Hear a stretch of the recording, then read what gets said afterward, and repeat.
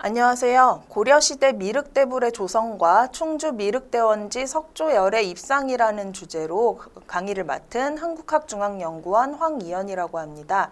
저는 고려시대의 석불을 전공으로 연구를 하고 있습니다. 오늘은 충주 지역을 대표하는 석불인 충주 미륵대원지 석조열의 입상이 미륵대불이라는 맥락상에서 어떠한 의의를 가지고 만들어졌는지에 대해서 알아보도록 하겠습니다. 우리나라의 역사를 나누는 데 있어서 보통 가장 흔히들 얘기하는 방식이 이제 왕조별로 시기 구분을 하는 것인데요. 이렇게 삼국시대와 그리고 통일신라시대, 고려시대, 조선시대로 크게는 전근대 사회를 네 가지로 나누어서 공부를 하곤 하죠. 그런데 다른 시대들과 달리 고려라고 하는 나라가 가지고 있는 특징이 있습니다. 그거는 유일하게 건국에서 멸망에 이르기까지 처음부터 끝까지 불교 국가였던 한반도의 유일한 왕조라는 점인데요. 많이들 알고 계시겠지만 불교는 삼국시대에 중국을 통해서 한반도에 수입되었습니다. 그 과정이 그렇게 순탄하지는 않았습니다. 삼국시대의 각 나라 삼국에서 고구려, 백제, 신라에서 중국의 승려가 찾아온다거나 인도의 승려가 찾아온다거나 해서 불교를 나중에 받아들이고 공인하고 그러는 과정들이 있었는데, 예를 들어서 특히 신라 같은 경우에는 지금 우리가 생각하기에는 굉장히 불교에 대한 신념, 신앙심이 깊고, 그리고 신라를 불국토로 생각하는 신라인들의 자부심 같은 것들이 있었다고 저희가 알고 있지만, 사실 신라의 불교가 받아들이는 과정에 있어서 굉장히 반발도 심했고 그 토착 종교와의 마찰도 컸었던 만큼, 통일신라 시대가 이제 신라가 삼국을 통일하고 나서부터의 그 시점부터 신라가 멸망할 때까지는 물론 굉장히 열렬한 불교 국가였지만, 애초에 국가가 세워질 때 불교를 기반으로 하지는 않았었습니다. 그에 비해서 고려 같은 경우에는 처음부터 불교라는 사상을 기반으로 만들어지고, 그런 기반을 고려가 멸망할 때까지 쭉 유지했다는 점에 있어서 한반도의 다른 전근대 왕조들과는 차별되는 점이라고 할 수 있겠습니다. 이러한 점은 어디에서 가장 잘 드러나냐면, 태조 왕건이 후대 왕들에게 남긴 당부라고 할 수 있는 훈요 10조에서 이러한 점은 가장 잘 드러납니다. 훈요 10조는 그 국가를 운영하는 데 있어서 가장 중요한 10가지의 조언이라고 볼 수 있겠는데요. 여기에서 첫 번째가 우리나라의 대업은 필연코 여러 부처님의 호위하는 힘에 의지한 것이다 라고 태조가 말을 하고 있습니다. 이 10가지의 조항 중에 불교와 관련된 조항이 3가지에 이르는데요. 그 중에서도 첫 번째 조항을 이렇게 고려라고 하는 나라가 부처님의 호위하는 힘, 부처님의 가피력에 의지해서 운영되는 국가라고 천명한 것은 그만큼 국가를 운영하는 데 있어서 불교의 사상, 그리고 불교의 인적 기반, 그리고 불교의 문화적인 힘을 이용하겠다고 천명한 것에 다름 아니라고 생각을 합니다. 이렇기 때문에 고려시대에는 다른 시대에 대비해도 굉장히 많은 수의 불교 문화재가 조성이 되었고 현재까지 남아 있습니다.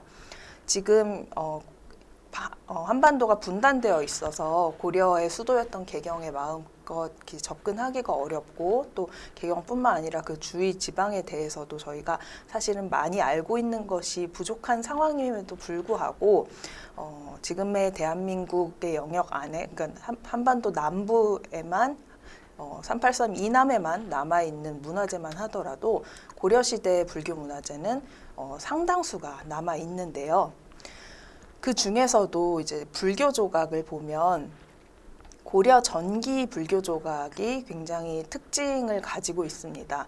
고려 후기에 이르르면 어떤 중앙 양식이라고 할 수 있는 하나의 통일된 양식이 다수 만들어져서, 이것은 딱 보면 고려 후기에 어느 고려 후기에 만들어진 상이구나라는 것을 알 수 있는데, 그에 비해서 고려 전기 같은 경우에는 통일된 하나의 중앙 양식이 있다기보다는 굉장히 다양한 형태로 나타나게 되는데요. 그래서 고려 전기 불교 조각의 특징을 첫 번째를 지역성을 꼽을 수 있습니다.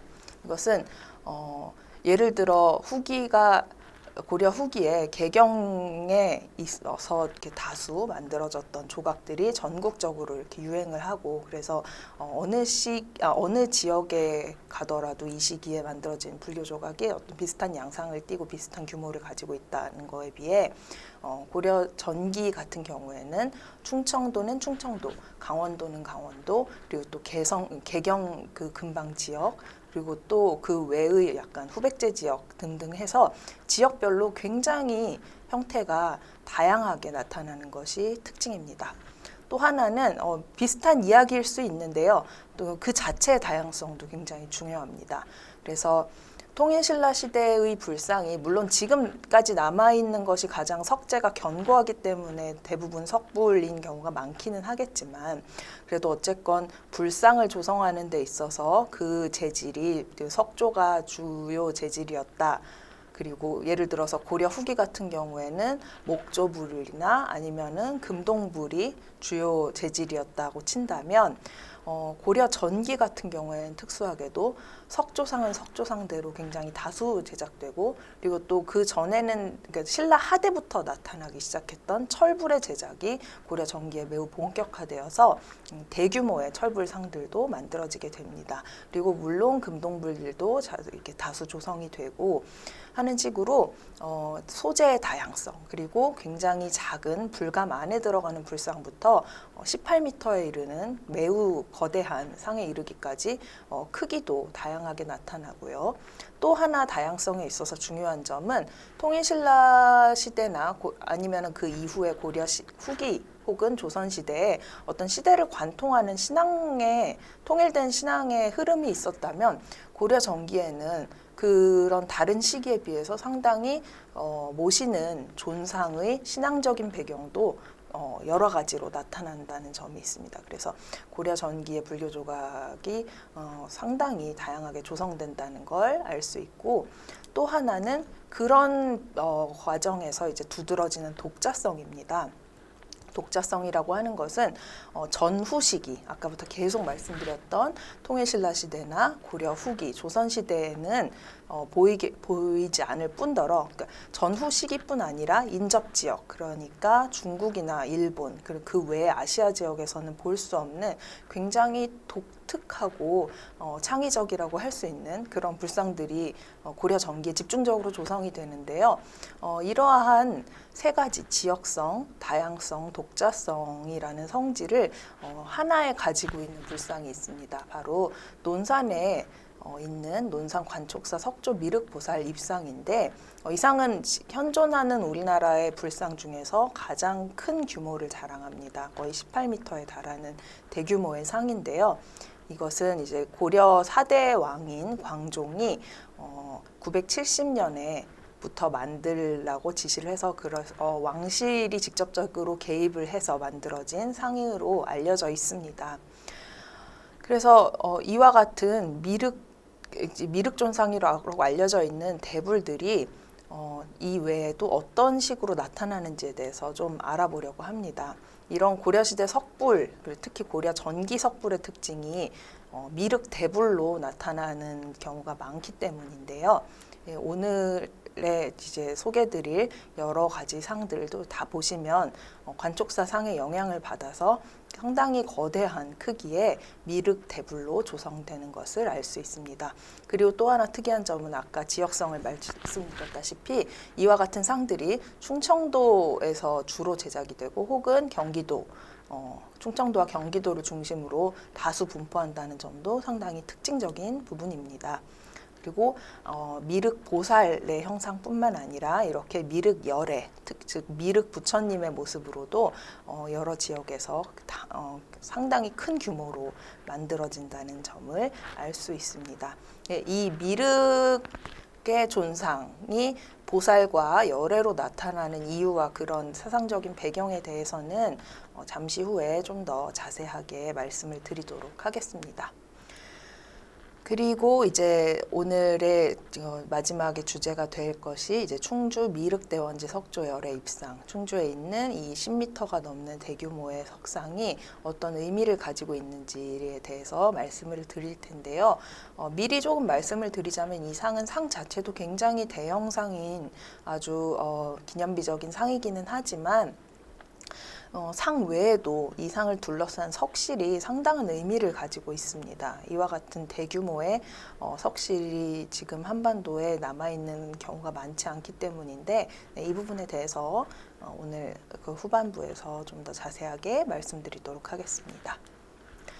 그래서 오늘 강의는 이런 식으로 진행을 하려고 합니다. 처음에 미륵대불의 의미와 조성 사례, 그래서 미륵대불이 어떤 배경에서 만들어졌고 어떤 의미를 가지고 있고 그리고 우리나라뿐만 아니라 아시아 전역에서 어떤 형태로 만들어져 있는지에 대해서 알아보고요.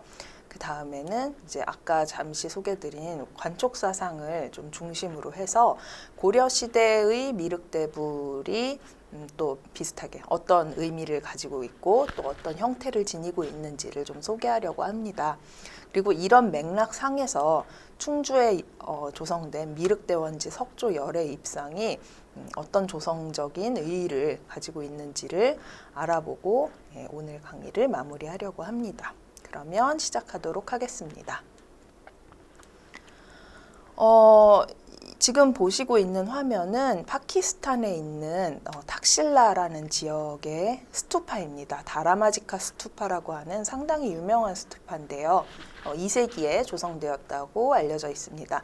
많이들 아시겠지만 스투파는 이제 지금 우리가 얘기하는 탑의 원형입니다. 스투파라고 하는 말 자체에서 그것이 한역되면서 탑파가 되었고 그걸 우리가 이제 탑이라고 가져다가 쓰고 있는 것인데요. 2세기에 조성된 다라마지카 스투파에 지금 현존하는 그 대형 대불 중에 가장 이른 사례가 남아 있습니다. 근데 아쉽게도 그 상의 전체 모습이 남아 있지는 않고요. 이런 식으로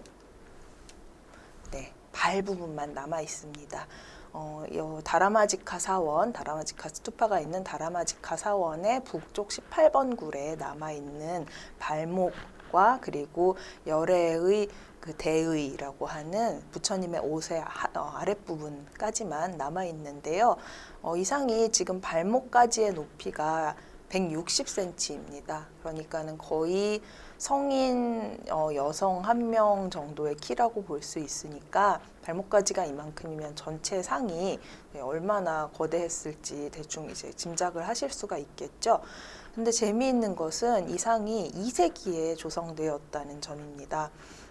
불교 조각에 대해서 공부를 해보신 분들은 들어보셨을 수 있을 텐데요.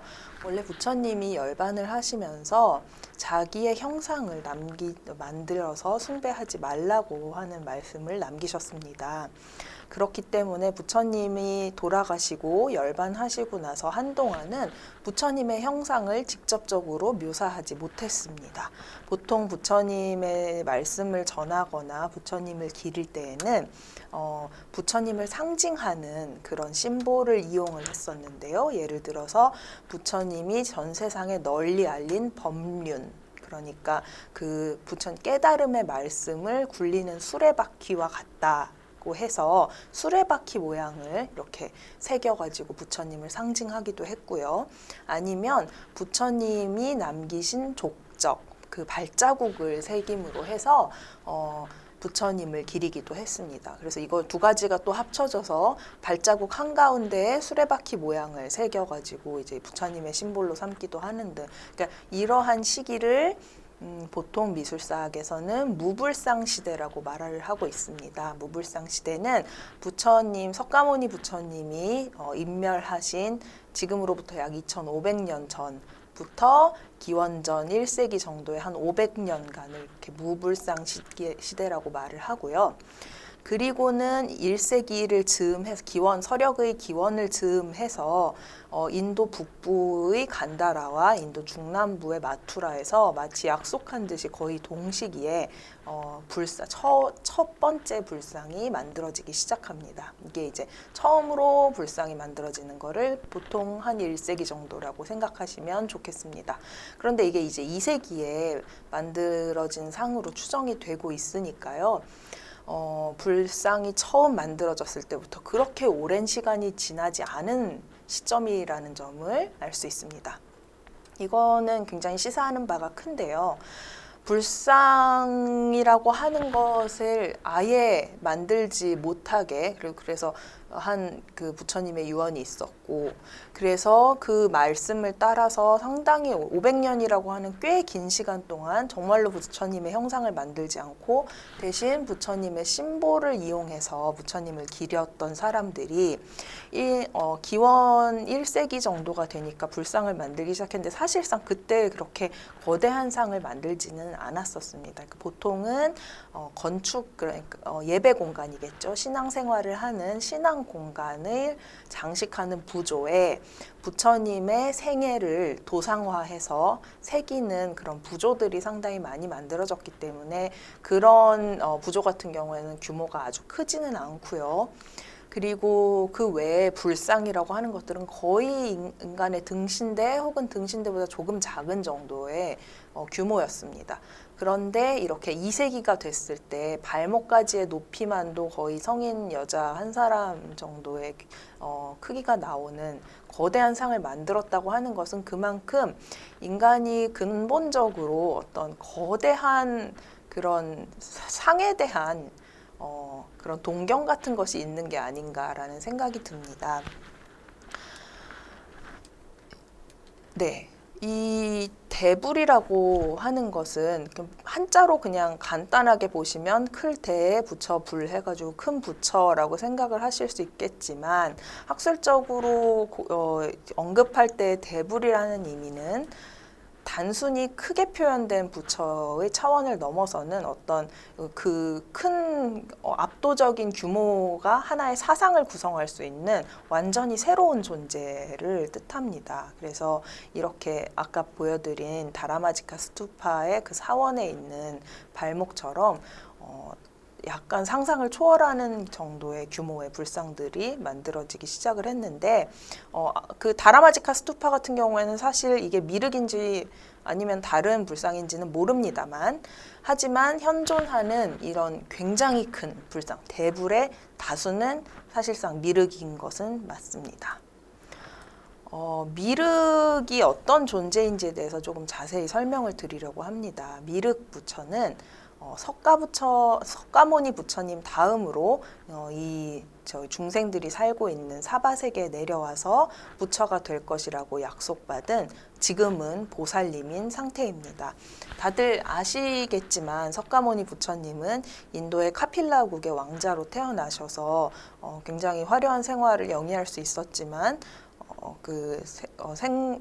생로병사의 괴로움을 깨닫고, 그리고는 이제 구도자의 길을 걷고자 이제 왕자의 신분을 버리게 되지요. 그래서 이제 평생을 수행을 하시다가 이제 열반에 드시게 되는데, 사실상 불교의 세계관에 있어서 부처님은 석가모니 부처님만 계시는 것은 아닙니다. 불교의 세계관에 있어서 부처는 정말 억겁의, 우주가 처음 생겨나서 지금까지 셀 수도 없는 억겁의 세월 동안 무수한 부처님이 긴 시간 동안 그리고 어디에나 계셔왔고요. 그 중에 이제 지금 현재 인류가 알고 있는 부처님이 석가모니 부처님일 뿐입니다. 그래서 석가모니 부처님이 열반을 하셨고, 이렇게 인간은 그러니까 부처님이 없는 그 세상을 중생들이 살아가다가 불멸, 그러니까 석가모니 부처님이 열반에 드시고 56억 7천만 년 후에 다시 사바세계에 하생하시기로 한 분이 바로 미륵 부처님입니다. 그러니까 앞으로 내려올 부처라고 해서 미래불이라고 불리기도 하고 당래불, 당연히 오실 부처라고 해서 당래불이라고 불리기도 하는데요. 이 미륵 부처님은 그러니까 불멸로부터 56억 7천만 년 동안은 도솔천이라고 하는 천계에서 하생할 것을 기다리고 계신 상태입니다. 그래서 56억 7천만 년이 지나고 이제 미륵불이 하생을 할 시기가 다가오면 용화수 나무 아래로 내려오셔가지고 세 차례의 설법을 펼칩니다. 이때 중요한 점은 용화수 아래로 내려오서 하생을 하실 때의 시점은 이미 깨달음을 얻고 나서 부처의 형상을 하고 있는 상태라는 점입니다. 앞으로 좀 나올 부분이니까 기억을 해주시면 좋을 것 같습니다. 그래서 말씀드렸다시피 보살 형태로 불상이나 불화에 그려지는 것은 도솔천에서 하생을 기다리고 있는 지금 현재의 미륵 보살의 모습이고요. 그리고 열의 형상, 부처님의 형상은 이미 하생한 다음의 모습을 도상화한 것이라고 이해하면 크게 틀리지 않습니다. 그런데 이러한 미륵 부처님이 이제 중생의 사바세계로 하생하는 데에는 그저 시간만 지난다고 오시는 것은 아닙니다. 56억 7천만 년이 저희가 상상할 수 없는 긴 시간이긴 하지만 그 시간이 지난다고 당연히 미륵 부처님이 오시는 것은 아니고요. 거기에는 전륜성왕이라고 하는 굉장히 인자하고 훌륭한 군주의 아주 필수 조건으로 붙습니다. 그래서 전륜성왕이 평화의 시대를 만들어 놓고 그리고 나서 미륵 부처님에게 이제 내려오시라고 할 때 그때 미륵 부처님이 사바세계로 내려오시는 건데요. 미륵 경전에는 그 미륵 부처님이 이제 내려오실 수 있는 조건을 갖춘 그 상황에 대해서 굉장히 좀 길고 재밌게 묘사를 하고 있습니다. 그래서 예를 들어서 그때에는 사람들이 이렇게 아등바등하면서 돈을 벌 필요가 없습니다. 금은보화와 굉장히 호화로운 비단 옷 등이 나무에 주렁주렁 그냥 저절로 열리고요. 그래서 사람들은 나무에서 금은보화나 비단이나 음식 같은 것들을 그냥 가져다가 먹고 입고 쓰고 하면 됩니다. 그리고 예를 들어 용변을 볼 때에도 그런 더러운 오물 같은 거를 직접 이렇게 처리하거나 할 필요 없이 용변을 보면은 저절로 땅이 갈라져서 처리가 됩니다. 그래서 이럴 정도로 굉장히 이상적인 세계가 이룩된 상태라는 거죠. 예, 미륵 하생경을 읽어보면은 상당히 그때 사람들의 상상력이라는 게 이런 거구나 하고 알 수 있어서 아주 재미가 있는데요.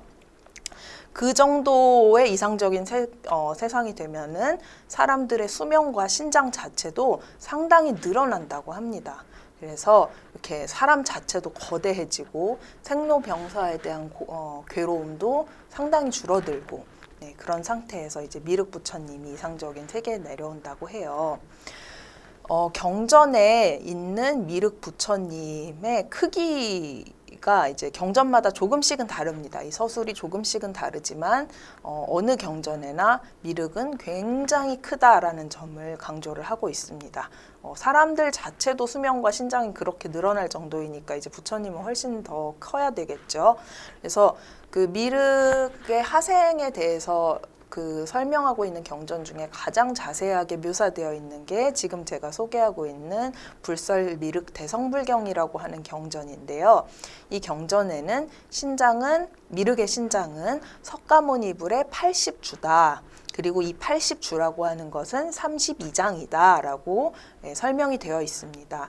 이 32장이라고 하는 것이 무엇이냐면 보통 이제 건장한 성인 남성의 키를 보통은 팔척장신이라고 하잖아요. 뭐 삼국지의 관우를 묘사할 때 팔척장신이다 이런 식으로 얘기를 하는데 그 팔척장신이 물론 이제 이 도량형은 시기마다 달라서 이게 그 언급이 뭐 예를 들어서 주대의 기록이냐, 수대의 기록이냐, 당대의 기록이냐, 그 후의 기록이냐에 따라서 다 조금씩 오차가 있습니다만 대충 뭉뚱그려서 건장한 성인 한 명, 한 180cm 정도를 이제 팔척이라고 봤을 때 32장은 그것의 40배가 됩니다. 그래서 이게 이제 작은 그림이 성인 남성이라고 치면은 그 32장이라고 하는 크기는 거의 72m에 달하는 상상하기도 어려울 정도의 거대한 규모라는 점을 알 수 있습니다.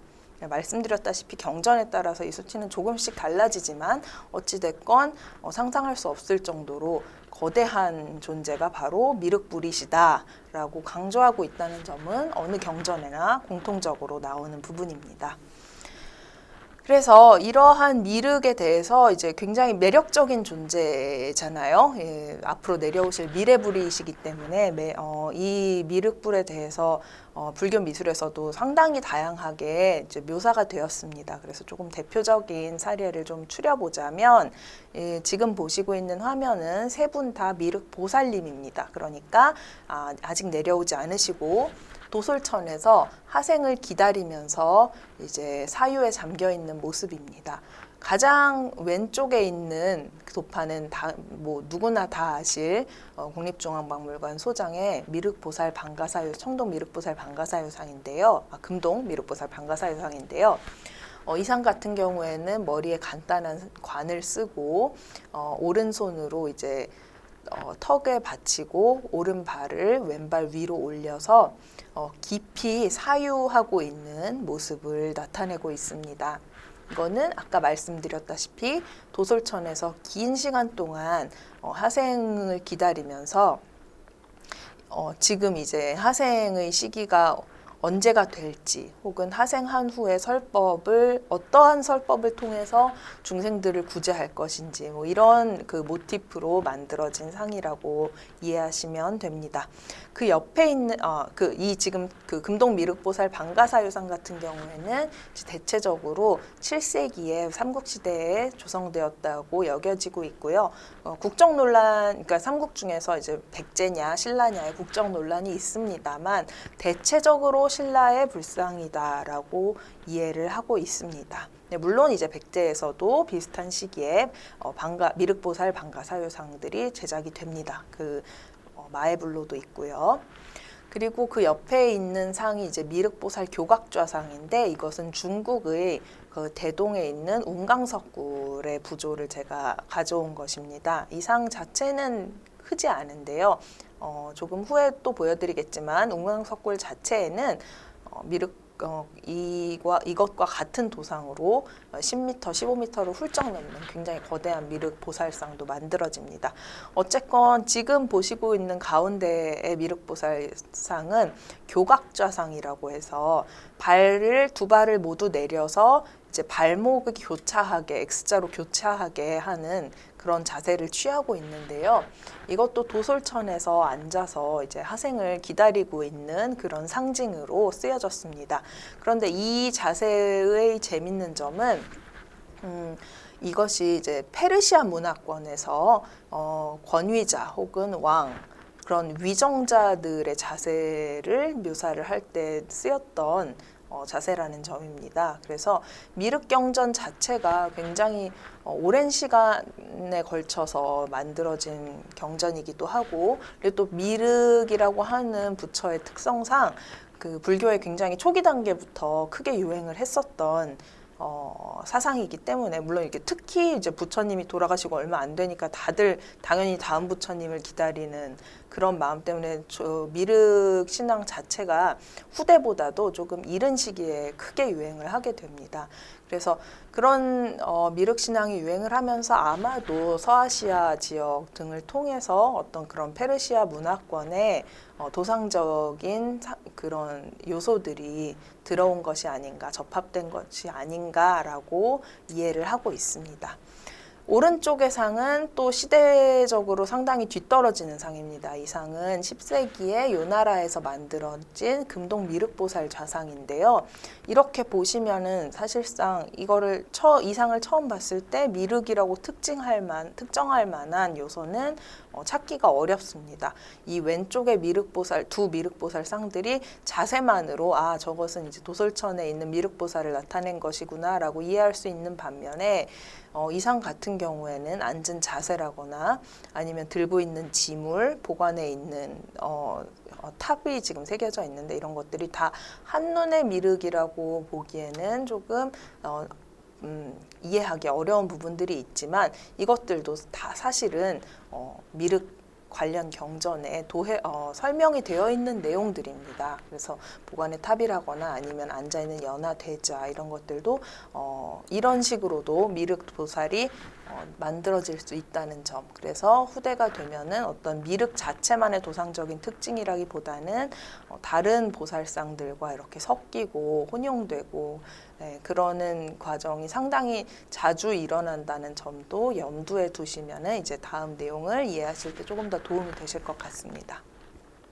이제 미륵 보살에 대해서는 이렇게 알아봤고요. 그런데 아까도 말씀드렸다시피 미륵은 미륵 보살뿐 아니라 열애의 모습으로도 만들어집니다. 그래서 지금 보여드리는 세 개의 도파는 모두 우리나라의 불상을 가져와 봤는데요. 첫 번째 도파는 7세기에 조성되었을 것으로 생각되는 경주 남산의 장창곡이라고 하는 골짜기에서 발견된 삼존상입니다. 석조 미륵 열애 의좌상이라고 하고 지금은 국립경주박물관에 가시면 전시되어 있어서 보실 수 있는데요. 이 자세를 보시면 가운데 있는 미륵 부처님께서 두 다리를 내리고 마치 의자에 앉은 듯이 앉아서 한쪽 손을 이렇게 오므리고 있고 다른 한쪽 손을 이렇게 약간 그 주먹을 쥐고 있는 것처럼 표현되는 게 보이실 겁니다. 이것은 이제 경전에 나와 있는 그 하생했을 때의 미륵의 모습을 이제 불상으로 만든 거라고 이해하시면 되는데요. 아까 말씀드렸다시피 용화수 나무 아래로 이제 하생을 하셔가지고 거기에 앉아서 3번의 설법을 펼친다고 되어 있는데 특히 미륵 불에 관해서는 앉는 자세가 이렇게 의자에 앉은 듯, 그래서 의좌상이라고 합니다. 의자에 앉은 듯한 좌상으로 제작이 되었습니다. 같이 앉는 상이라고 하더라도 이렇게 가부좌를 틀고 앉아 있는 다른 열의 좌상하고는 좀 이렇게 차이가 나는 부분입니다. 그 옆에 있는 상도 마찬가지로 열의 의좌상입니다. 이 상은 속리산에 있는 법주사의 굉장히 유명한 마의 미륵상인데요. 이 상은 상 자체만 해도 거의 5.5m 정도 되는 굉장히 큰 규모의 상입니다. 마찬가지로 다리를 내리고 의자에 앉은 듯이 표현되어 있는데 이번에는 그 앉은 의자가 아까 미륵 보살이 앉아 있었던 연화대자, 연꽃 위에 앉아 있는 것을 보실 수 있죠. 제가 말씀드렸다시피 미륵이 연꽃 위에 앉아 있다라고 하는 것도 굉장히 경전에 기반한 그런 표현입니다. 그래서 사람들이 이 상을 미륵이라고 하는 부처님, 우리가 잘 본 적 없는 그런 미륵이라고 하는 부처님을 표현하고자 할 때 상당히 경전에 근거를 해서 만들고자 했다는 거를 알 수가 있습니다. 그런데 그에 비해서 오른쪽에 있는 이제 충주 미륵대원지 상이죠. 미륵열의 입상 같은 경우에는 마찬가지로 상당히 크게 만들어졌지만 경전에는 나와 있지 않는 이런 서 있는 모습으로 조성이 되었습니다.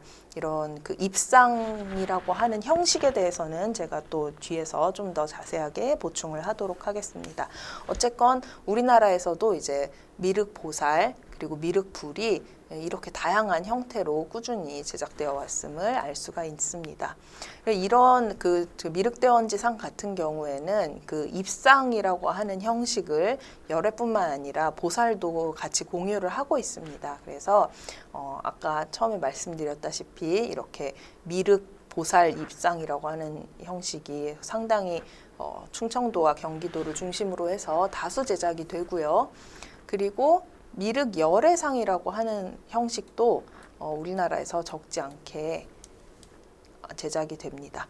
그러면 이번에는 중국에서 어떤 형태의 미륵 대불들이 만들어졌는지에 대해서 조금 알아보도록 하겠습니다.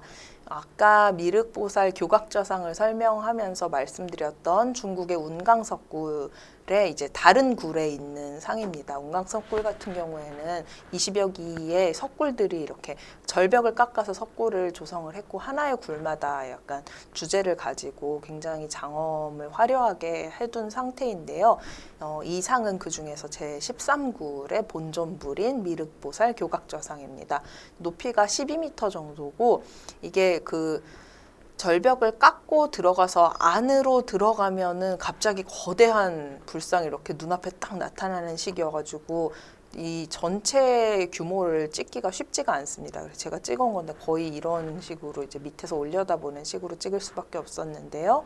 아무튼 이 상은 북위 5세기에 이제 보통 왕실 인물들에 의해서 하나씩 굴이 개착이 되는데 그 상들 중에 하나입니다. 그래서 보시면 팔찌를 두르고 팔찌를 이제 그 팔뚝에 끼고 그리고 보관을 하고 이렇게 화려하게 장엄을 한 미륵 보살의 모습으로 조성되었음을 알 수 있습니다. 이 상은 그래도 채색이 조금 남아 있고요. 당시에 채색인 부분도 있고 아니면 후대에 보수된 부분도 있고 합니다. 이와 굉장히 유사한 상이 또 운강석굴의 다른 굴에 제17굴에 있는데요. 똑같이 대동의 운강석굴에 있는 상입니다. 이 상 같은 경우에도 마찬가지로 북위 때의 황실 인물에 의해서 조성이 되었고 좀 더 커서 15.6m 정도 되고요. 마찬가지로 이 상도 교각 자세를 취하고 있습니다. 이 사진에 안 보여서 아쉽지만 네, 교각 자세를 취하고 있습니다. 이미 5세기이기 때문에 굉장히 시간이 오래 지나가지고 상당수가 좀 이렇게 칠이 벗겨지고 좀 떨어져 나가고 해서 보기에는 기괴하지만 실제로 보시면은 굉장히 압도되는 부분이 있습니다. 네, 그래서 이렇게 아주 이른 시기부터 중국에서는 거대한 미륵상들이 만들어지기 시작하고요. 중국뿐만 아니라 아까 말씀드렸다시피 미륵신앙이라고 하는 것이 이른 시기부터 굉장히 인기가 많았던 신앙이기 때문에 이렇게 아프가니스탄 이제 간다라 지역이죠. 바미안에서도 53m에 달하는 굉장히 거대한 미륵 열의 입상이 조성된 바가 있습니다. 이 상은 많이들 아시다시피 이제 2000년에 그 탈레반에 의해서 테러로 파괴가 되어서 지금은 이제 형태를 찾아볼 수가 없는데 이거는 이제 그 테러 이전의 모습을 보실 수 있습니다. 그래서 6세기에서 7세기 사이에 만들어진 상으로 여겨지고 있고요. 그리고 지금 보시는 상은 미륵 열의 의좌상, 낙산대불이라고 불리는 미륵 열의 의좌상인데 그 전근대 사회에서 만들어진 불상 중에 세계에서 가장 큰 불상입니다. 물론 이제 그 현대에는 굉장히 거대한 불상을 너무 다들 좋아하시는지 몇 년 전에 중국에서 그 높이 100m가 넘는 상이 만들어졌어요. 그래서 지금 세계에서 가장 큰 상이라고 하는 타이틀은 뺏겼지만 어찌됐건 전근대에서 만들어진 상 중에 가장 거대한 상이고 이건 이제 당나라 때 8세기 즈음해서 만들어진 상으로 알려져 있습니다. 근데 높이가 71m라고 하는 점이 이제 앞에 이제 사람과 비교해 보시면 얼마나 큰 상인지를 아실 수 있을 텐데 이 높이가 71m라고 하는 것도 그냥 그저 여기에 절벽이 있으니까 여기서부터 여기까지 큰 상을 만들어서 깎자라고 한 것이 아니고 아까 말씀드렸다시피 그 불설 미륵 대성불경에 미륵의 높이는 32장이다라고 언급되어 있다고 제가 말씀을 드렸잖아요. 그리고 32장이 180cm를 8척으로 잡았을 때 약 72m이다.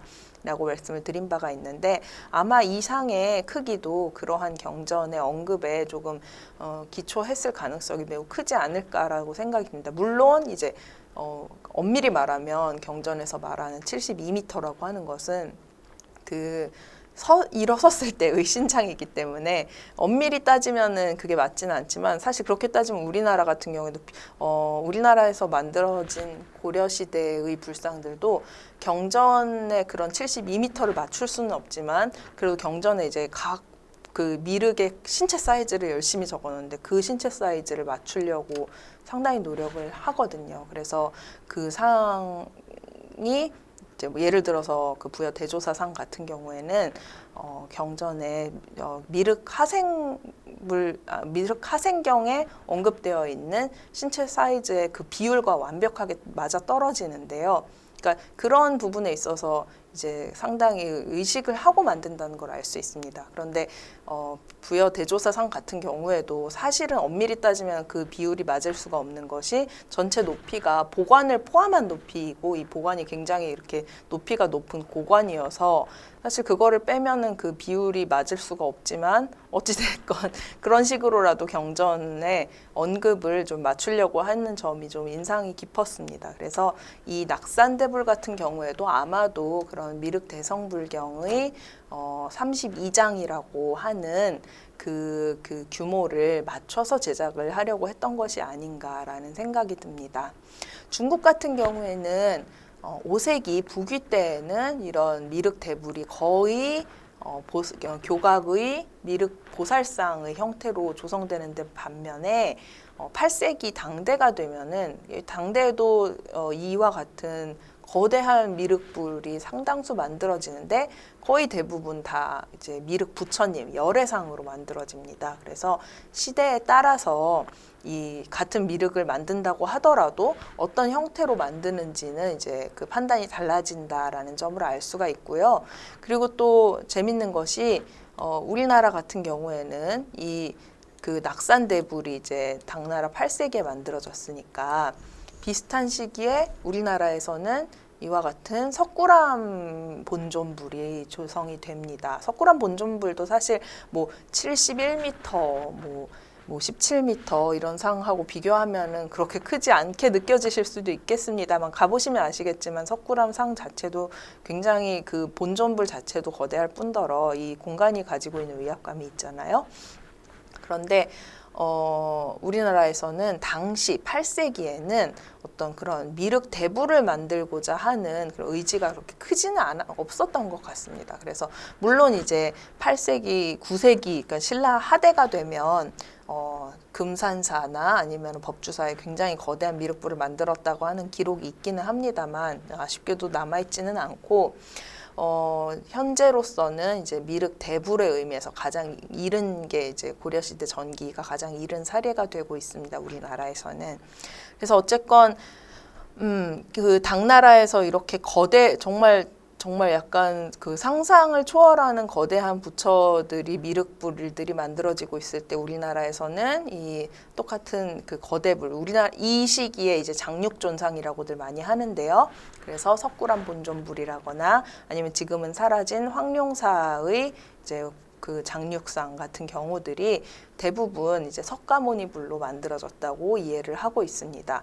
그리고 비슷한 시기에 일본에서도 이제 높이가 15m에 달하는 굉장히 큰 불상이 만들어지는데 이 상 같은 경우에도 이제 동조 비로자나 열의 좌상이어서 마찬가지로 일본에도 어떤 거대 미륵 신앙은 아직까지는 없었다라는 걸 알 수 있고요.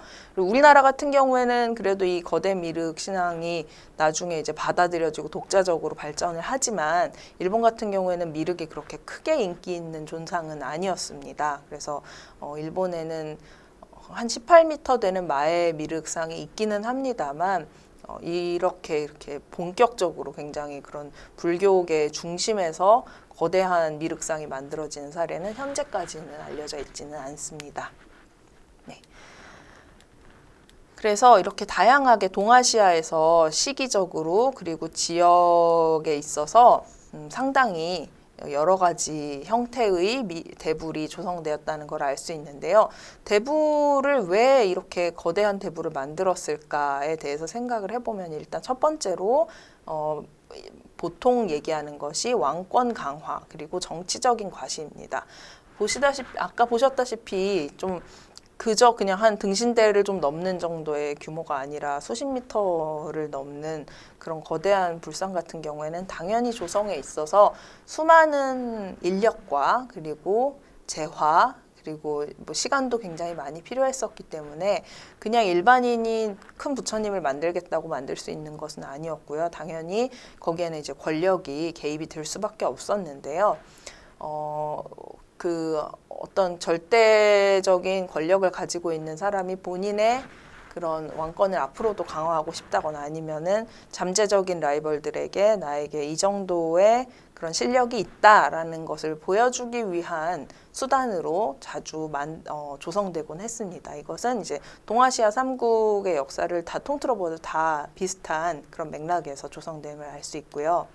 그리고 또 하나는 오랜 전쟁 후에 도래한 평화의 시기를 기념하는 의미로도 이제 대외적으로는 많이 조성이 되었었습니다. 그래서 아까 말씀드렸다시피 미륵 부처님이 이 세상에 내려온다고 하는 것은 그냥 시간이 지나면 내려오는 것이 아니라 전륜성왕이라고 하는 매우 훌륭한 위정자가 이 세상에 이미 평화의 시대를 다 도래하게 한 후에 이제 모셔오는 개념이기 때문에 그래서 이제는 미륵 부처님이 이렇게 내려오실 정도의 평화가 완성되었다라는 그런 의미에서도 대부를 조성하기도 했습니다. 미륵뿐만 아니라 모든 대부리 비슷한 맥락이지만 특히나 미륵 같은 경우에는 그런 서사적인 배경을 가지고 있다고 보시면 됩니다. 그리고 당연히 이제 미륵이라고 하는 신앙 자체가 성행을 하게 되면은 당연히 경전에서 끊임없이 미륵은 크다, 미륵은 거대하다라고 얘기를 하고 있기 때문에 미륵에 대한 신앙 활동의 일환으로도 이렇게 거대한 대불이 만들어지게 되었죠. 그래서 지금 보시고 계신